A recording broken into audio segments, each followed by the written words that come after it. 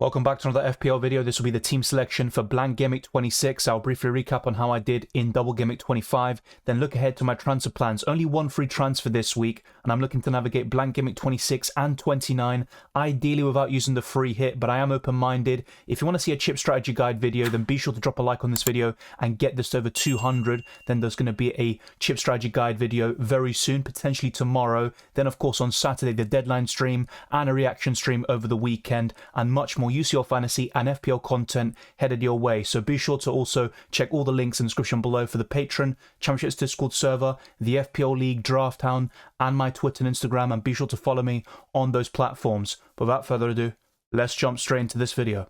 By now, you probably know my thoughts on goalkeepers. They've been pretty awful this season across the board. There hasn't been a particular standout, as we tend to get every season. We had Nick Pope a couple of years ago, Emi Martinez. But right now, there isn't someone who really stands out. Maybe Areola due to the sheer value he offers. But even then, West Ham have been woeful recently. He got 3 points on my bench, whilst Dubravka got 2. He slipped, which opened up for Solanke, who I sold this week for a hit. So kind of a double whammy there. And Dubravka made some great saves to deny Solanke in the first place, but that mistake ultimately opened the floodgates and Bournemouth scored a couple of goals in that 2-2 draw. But now Dubravka's facing Arsenal away, and I've got two goalkeepers who feature in Blank Gameweek 26, but I've no confidence in either goalkeeper for any game week right now. If I was wildcarding, I'd only go for one of them max, and I think Areola is slightly better because he features in both Blank Gameweeks and he has a higher ceiling. He's been more consistent than Dubravka this season, who has gotten a few free pointers, 1 or 2 returns here and there, but ultimately Dubravka has been very underwhelming since he's come in for the injured Nick Pope around Gameweek 15. My defensive line has also been poor in recent weeks, and Estupiñán kind of sums that up to a T, because ever since he was subbed off at half-time against Luton Town and Brighton went on to get battered 4-0, Estupiñán has had a few bench appearances, getting those 1-pointers, and even when he started against Tottenham, he made that mistake which gave Tottenham the late winner at the very end. So Estupiñán has been absolutely awful, and it's quite surprising because he came back with a bang since he returned from his injury. He scored against Tottenham in the other fixture. Off the bench, he scored an amazing goal, got a few clean sheets against West Ham and Wolves, and actually brought him in for that Wolves game. He got 8 points, but it's been downhill ever since, and Estupiñán is a doubt to start against Everton, and Lamptey is being favoured in his current position. So let's wait and see how that develops. Maybe Estupiñán gets a start in Gameweek 26. That's what I'm hoping for. But in the long term, I definitely look at the Ecuadorian and think he's a sell. He's just not worth having when he's being such a rotation risk, and Brighton aren't even that good defensively. The second defender is Nathan Ake, who I bought in this week as part of a -4 hit for Trent Alexander-Arnold, and it absolutely backfired. Kyle Walker and a few other Man City defenders like Akanji were the ones to go for in Double Gameweek 25, but now with Ake being benched against Brentford in the second game of that Double Gameweek, the hope is he comes back in for Blank Gameweek 26 against Bournemouth away, and if that's the case, that's absolutely fine. A clean sheet is certainly possible. Man City have a very good record against the Cherries, but Ake has been frustrating. I was also close to getting Van Dijk, who ended up getting 10 points, so my defender transfers haven't been great this season. There's also been some misfortune, mainly at the beginning of the campaign, where I had so many injury problems. Whoever I bought in for the defensive line seemed to get injured shortly afterwards. But going for Ake, we all knew the risks. I didn't expect him to start all 3 games in Double Gameweek 25 and Blank Gameweek 26. If he starts against Bournemouth and gets a return, that's okay for me, and then I could sell him ahead of Man United or Liverpool. But going forwards, I don't think Ake is a long-term solution. The final defender is Saliba, who actually got a return, a clean sheet against Burnley, and he's been the shining light of my defensive line in recent weeks. But overall, the defenders have also been a bit underwhelming this year. Even those like Trippier and Trent have experienced some poor form, and in the case of Trent, really, it's the injuries that have really dented him, and he was one of my biggest, not differentials, but I'd say difference makers for Double Gameweek 25, and he got injured just before that, so it is a big shame, and unfortunately, the defenders that did step in, apart from Saliba, just couldn't do the job. It was a dream start to Double Gameweek 25 with Jota and Darwin Núñez combining for that first goal against Brentford, but then things went south. Jota got injured shortly afterwards. He's now going to be out for several months, and it hasn't been the worst case scenario. It could have been a potential season-ending injury and perhaps going into the beginning of next season, but it looks like he's going to be out for a couple of months, and it's a shame because he was actually a decent hold potentially for Gameweek 27 against Nottingham Forest. He's got a great record against them, but now Jota is a sell, and it's a shame because he's been in incredible form for the last couple of weeks and potentially since December. So Jota has had a lot of injury problems in the past and it's resurfaced once again. It was a horrible challenge on him and hopefully he does recover very soon. My second midfielder was Gordon, who actually scored a penalty, but when he plays down the middle, I'm not that convinced by him. I actually prefer him on the left-hand side, and I sold Gross to Gordon, and it hasn't paid off in the last 3 game weeks. Even this week, when Gordon actually returned, you've got Gross matching him with 8 points as well. So it hasn't really worked out, and going into Game Week 29, Newcastle are very unlikely to feature, and in Game Week 26, Gordon faces Arsenal away, whilst Gross has a decent fixture at home to Everton. So let's see how that pans out. Then we've got Foden with a 5-pointer, so he got an assist. Well, no, he got 3 points and 2. But in the end, Foden has been pretty good for me recently. He got that hat-trick against Brentford. I started him. Some people would have benched him in that game week or even sold him. But ultimately with Foden, he can be frustrating from time to time, but he's getting the minutes consistently, and that's what I like most. I don't like it when he's on the right-hand side, but when he plays down the middle or on the left, I think he's very threatening from an FPL perspective. And speaking of which, the final midfielder, the most in form in the Premier League so far, is Saka. In the last 4 game weeks, that's 49 FPL points and 3 double-digit returns. He's been incredible recently, but against Porto, Saka and Arsenal in general looked very tepid. They looked very sluggish, and it was back to some of their performances from earlier in the season. It really reminded me of that Newcastle game actually in the reverse fixture at St James's Park, and that's their next opponent now. So let's see if Arsenal can get their act together again and build upon the momentum they've been showing in the Premier League with 5 wins out of 5 since the winter break. But Saka's been in incredible form. He's on penalties. He's taken all of them now and not sharing them like he was earlier in the season. But let's now move on to the 3 forwards and complete this performance review. At the time of this recording, Darwin Núñez still isn't flagged, but he did miss out against Luton Town in the second game, and it's just a massive shame because he started off the game week so well, and I bought Darwin Núñez in for Solanke. It was a dream transfer when the game week first started, but it just turned into a nightmare. He was subbed off at half-time, didn't feature in the second game, and let's actually put it into perspective. I sold Solanke, a single game week player, and I had 2 double game week players in Jota and Darwin Núñez, who combined in total had 88 minutes between them. Solanke got 90 minutes. So how is a single game week player outscoring in terms of minutes and points 2 double game week players from Liverpool? It makes absolutely no sense, but FPL can be like that sometimes, and you've got to laugh it off. And I knew I took a risk by selling Solanke, who I wanted back very soon anyway, but I wanted to be aggressive with my transfers, and going forwards in Game Week 26, I'm looking to make a forward transfer, and it's not going to be Solanke. Instead, I'll be looking to bring him in either Game Week 27 or more likely for double Game Week 28 when Bournemouth have that plum set of fixtures at home against Sheffield United and Luton Town. My second forward is none other than Erling Haaland, who got 10 points, a respectable score, but he was triple captained by over 1.3 million managers, and I have to say that it was very underwhelming. He had 3 big chances across both games. He had over 2.5 XG, I believe it was, and he also had 15 shots, 9 against Chelsea and 6 against Brentford, and for him to only come away with 1 goal and 2 bonus points, I'm not so sure. Maybe I'm being a bit ungrateful, you could say, but it was very underwhelming. I think on another day, with Haaland firing and on form, he gets at least 2 or 3 goals in that double game week. I'm talking about one of the best double game week and triple captaincy scores of all time, but it is what it is, and ultimately 10 points is a decent score for the triple captaincy. Not that great, and it's probably the worst chip of them all alongside the bench boost. But the final forward is Watkins, who actually outscored Haaland, and only Saka amongst my 50-man squad outscored Watkins, who got a brace against Fulham, and he had an assist ruled out, the one for Alex Moreno, and that was also a bit contentious. But Watkins is a season keeper for me. He doesn't have any doubles right now, but he's got those fixtures in the blank game weeks, and that is so important. And facing Nottingham Forest at home next, who have been defending quite well with Nuno Espirito Santo recently, it doesn't matter because Watkins is fixture proof and he can do it against absolutely anybody. So overall, a decent showing from my team. I'll talk about the points right now and also what my rank is currently, but afterwards that's where things get really interesting with my transfer plans for the team selection. So be sure to stay tuned and we'll dissect everything you need to know ahead of Blank Gameweek 26. Like many of you watching, I triple captain Erling Haaland, so I am a bit underwhelmed by his return, but in the end he produced 30 points with the triple captaincy also taken into account, and I got 87 points with that -4 hit, which I took.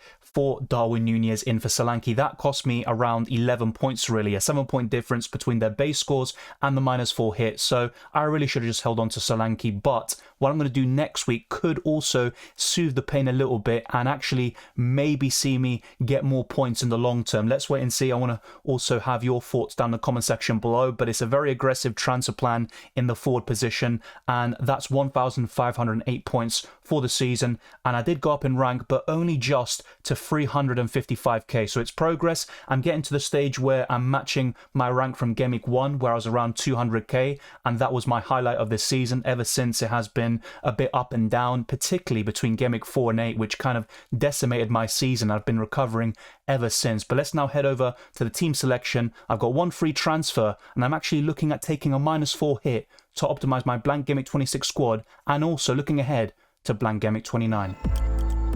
By far the worst option in my starting 11 is the goalkeeper, whoever I start between Areola and Dubravka, and I'm going to favour Areola due to the fixture, but I do think West Ham could really struggle yet again against Brentford, one of their bogey teams, and West Ham haven't won a single game in this calendar year. But Areola, it has to be said, he's been one of the best goalkeepers in the Premier League this season. Even when West Ham concede 6 or they're conceding multiple chances in a game, Areola is there saving them time after time again, and that's why in FPL terms he's been one of the better goalkeepers this season, and he still offers really good value, and I do talk about him in all the best wildcard team videos. So Areola is in goal at home to Brentford. Even if Brentford do get the win like I expect, I still think Areola can come away with a decent score of maybe 3 points or above.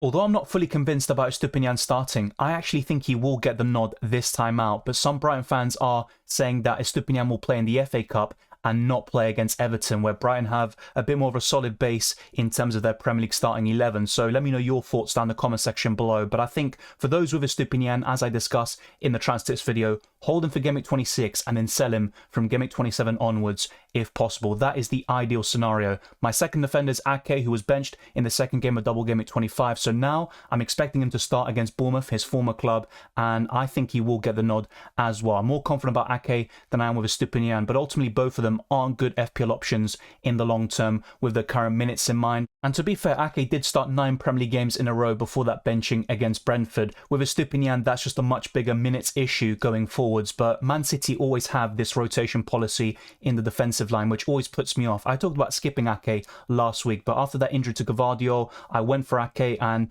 just kind of hoped he started both games in the double.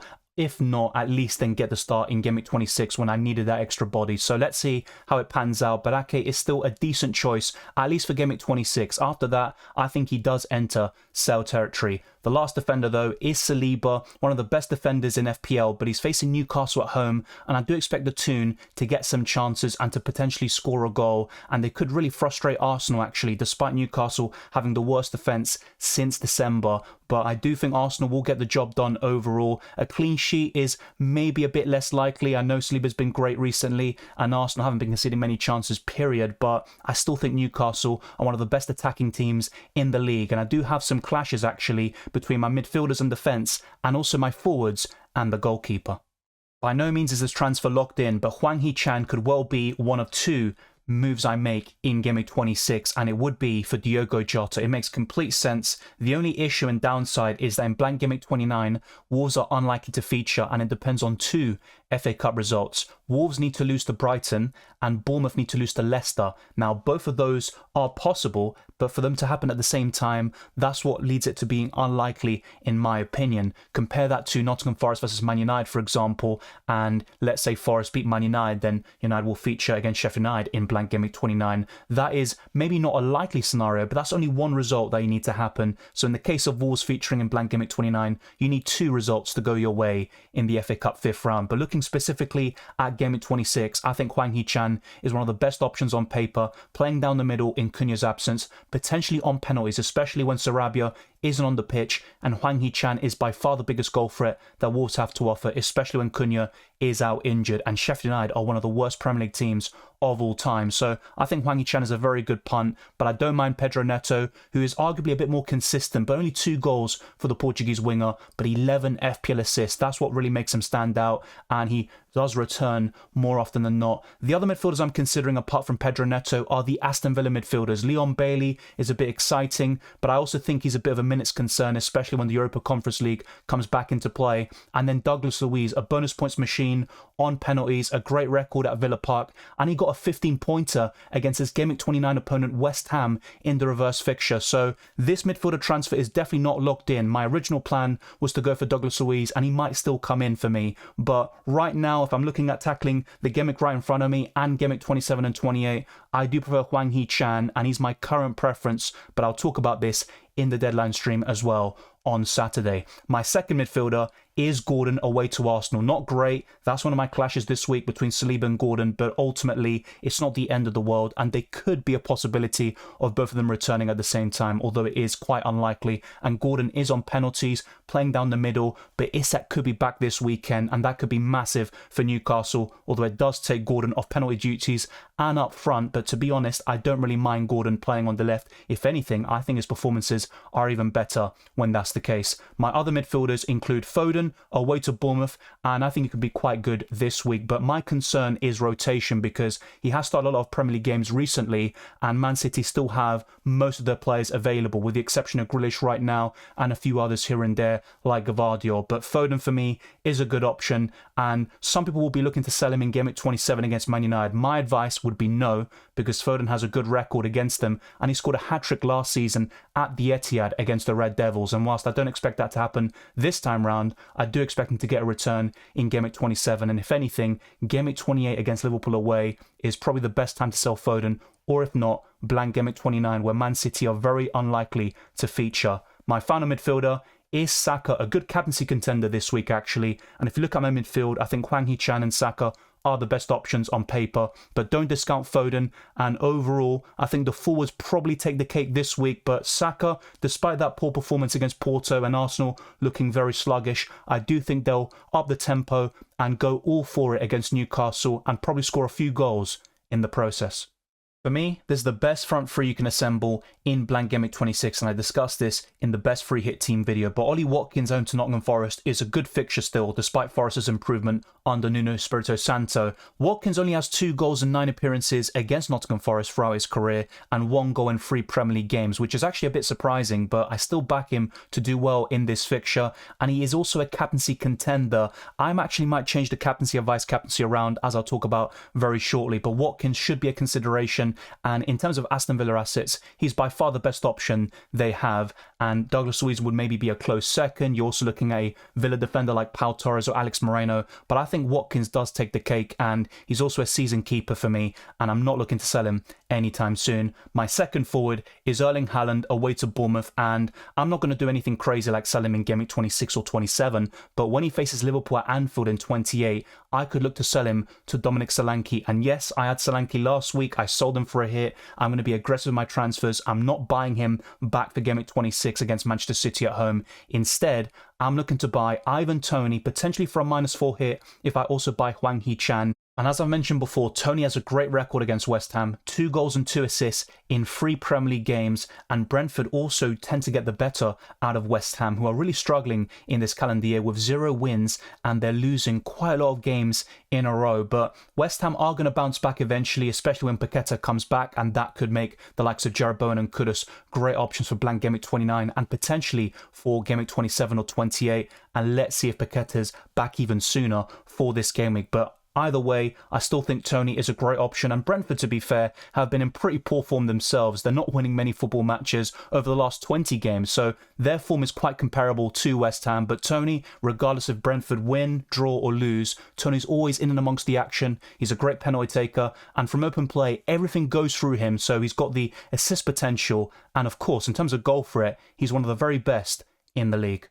With these proposed transfers, I would have Dubravka, Lascelles, Palmer and Pedro Porro on the bench. So if I decide to not take the -4 hit, I could start Lascelles, and you might be thinking, well, he's not even going to get a single minute, and if he does, he's just going to give you a 1-pointer. But there is a possibility that Lascelles does start against Arsenal, because Fabian Schär suffered a wrist injury against Bournemouth, so that's something to monitor. But either way, if Lascelles starts against Arsenal, he might just give you 2, 1 or 0 points anyway, depending on how that game turns out. But I'm quite happy to take this -4 hit. The only issue is that going into Blank Gameweek 29, Hwang Hee-chan is very likely to blank, and that's where Douglas Luiz or a Leon Bailey could be much more useful. And that's why this transfer is certainly not locked in. If anything, the Tony transfer is more likely to happen. But in terms of the captaincy, this is not locked in by any stretch of the imagination. I'm currently going for Haaland with Watkins as my vice, but the other alternatives I'm considering are Tony, Saka, Foden, and Hwang Hee-chan. Those are the best captaincy options amongst my 50-man squad.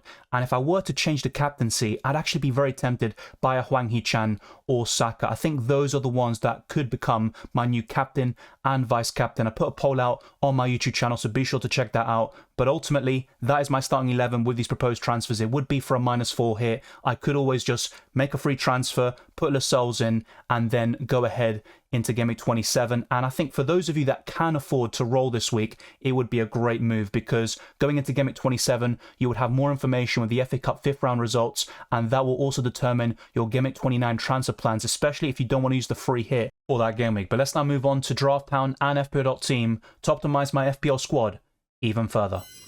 Many of you have signed up to Drafthound using my link, and I do appreciate it, and it also helps you out in terms of gaining access to some of the best tools in FPL, and they're making a lot of suggestions for my team in terms of transfers and also the starting 11. So they're putting Lascelles and Areola in the starting 11. They're also putting Haaland as my captain, Saka as my vice, and they're recommending some pretty big moves. Darwin to Højlund and Diogo Jota to Odegaard is their top suggestion, but they're also recommending a few alternatives such as Neto in for Palmer, and also going for 2 midfielder transfers, Neto and Gross coming in for Jota and Palmer. So pretty good transfer suggestions, and they are favouring Neto heavily, even over Hwang Hee-chan, Douglas Luiz, and many more midfielders like Leon Bailey. And there are many different tools here, as I've discussed in previous videos and live streams. In terms of the fixture analysis, they've got Bournemouth at the very top because of their double in Gameweek 28. So in terms of chance of scoring over 2 goals, they're right up there. And then if you look at clean sheet probabilities, looking at the defence, Bournemouth are still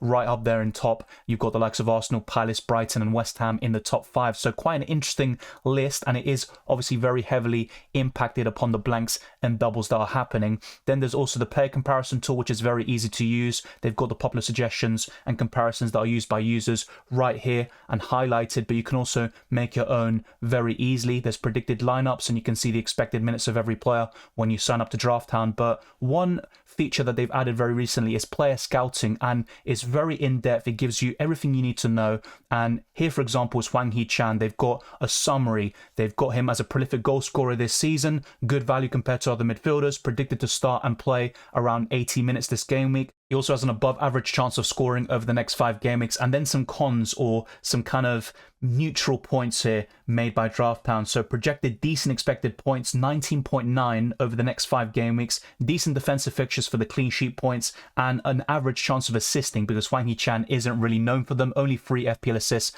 for the campaign. Then if we look to Pedro Neto, for example, only the goal scoring chances are kind of lowly rated here by Drafthound, and it makes sense, only 2 goals for the entire campaign, but 11 assists does make Pedro Neto really favoured by the algorithm, and his consistency, which has been very impressive this season. Only injuries is a big doubt for Pedro Neto, and when you compare him to Hwang Hee-chan, the positioning with Hwang potentially playing down the middle yet again in Cunha's absence, and he could be on penalties as well, which is another massive bonus. But Drafthound are recommending Neto over Hwang Hee-chan. I'm personally favouring Hwang Hee-chan a little bit more, but ultimately Pedro Neto is the better player, and he's very exciting to own. It's just the injuries that really put me off, but let's see if he can stay injury free up until Blank Gameweek 29.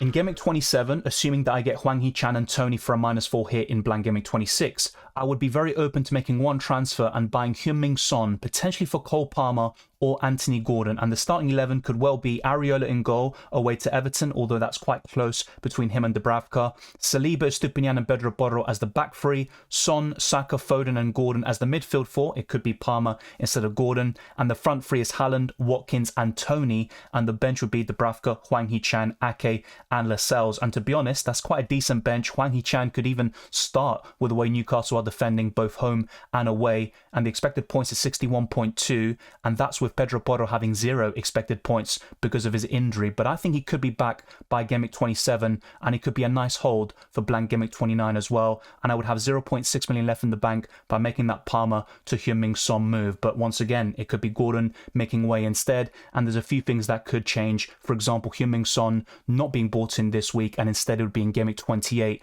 when he faces Aston Villa away in preparation for Game Week 29 when he has a plum fixture against Fulham, and he could be one of the best captaincy contenders. If we look at that Blank Game Week in 29, I think Son and Tony are the best captaincy options by far. But let me know your thoughts down in the comment section below. Thank you very much for watching this video. If you enjoyed it or found it useful, then be sure to smash the like button and subscribe for new. Let's try to get this video to the 200 likes. Let's keep on pushing towards 23k subscribers and beyond. You can follow me on Twitter and Instagram, DylanRCM, and check all the links in the description below for the Patreon, Championships Discord server, the FPL League, and Drafthound, which I just showed you a couple of minutes ago. I wish you all the best of luck for Blank Gameweek 26 and the rest of the season, and I'll see you next time.